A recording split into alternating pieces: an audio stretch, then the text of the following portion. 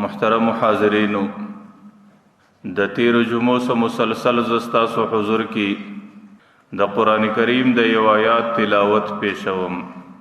چې هغه آیات کې الله تعالی دا فرمان دی چې خلق الموت والحیات، الله تعالی د انسانانو د پاره ژوند او مرګ دواړه پیدا کړی دي. یو ځل به انسان د زندګۍ او د ژوند در دوره تیری شي او چې کله د زندګۍ دوره ختمه سوه د هغې وروسته به دی د مرګ سره مخامخ کیږي. لیکن الله تعالی د انسان د پاره ژوند او مرګ د کم غرض او کم مقصد د پاره پیدا کړی دی. دې کې د الله تعالی مقصد او غرض دا دی لیبلوکم ایکم احسن عملا،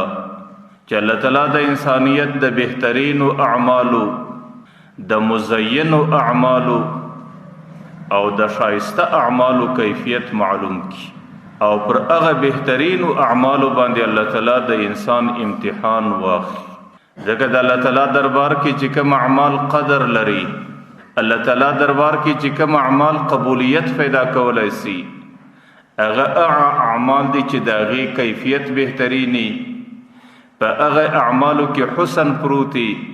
په هغه اعمالو کې زینت پروتي او په هغه اعمالو کې شایست پروتي.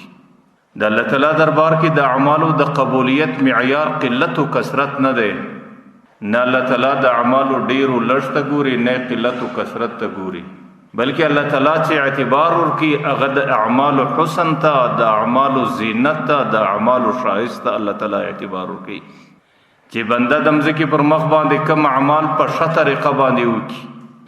هغه اعمال په بهترین کیفیت باندې وکړي، هغه اعمال په بهترین نیت باندې وکړي او هغه اعمال د الله تعالی د رضا په مقصد باندې وکړي، نو بیا هغه اعمالو ته الله تعالی په خپل دربار کې اعتبار ورکوي، هغه اعمال اعتبار پیدا کولی شي او هغه اعمالو ته الله تعالی په خپل دربار کې قبولیت ورکوي. او سوال دا دی چې اعمالو کې زینت او شایست څنګه راځي؟ د تیرو جمعو څخه زه ستاسو حضور کې د حضرت ابوبکر رضی الله عنه یو قول پیشوم چې هغې دا وایي چې د اعمالو زینت په چند کیفیاتو کې راځي. هغې مبارک په خپل قول کې چند اعمال ذکر کوي او په هغه اعمالو کې چې حسن او زینت او شایست په کومو کیفیاتو سره راځي،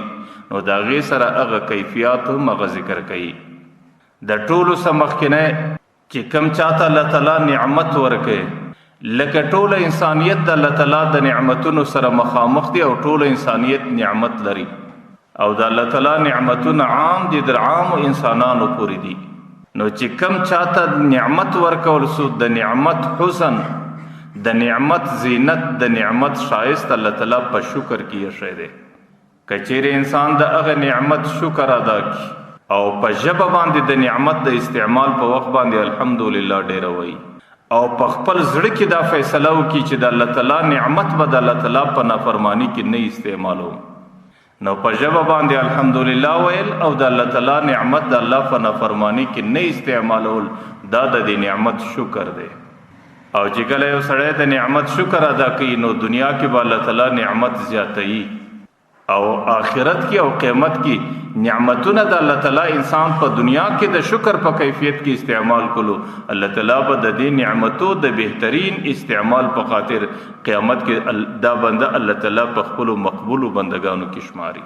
نو په نعمتو کې زینت او حسن دا په شکر ادا کولو سره راځي چې انسان به پر هغه نعمت باندې د الله تعالی شکر ادا کوي.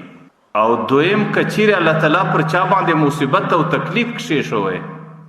په مصیبت او تکلیف کې چې کوم حسن راځي هغې په صبر باندې راځي. چې کله یو سړی د الله تعالی پر دې مصیبت باندې صبر وکړي،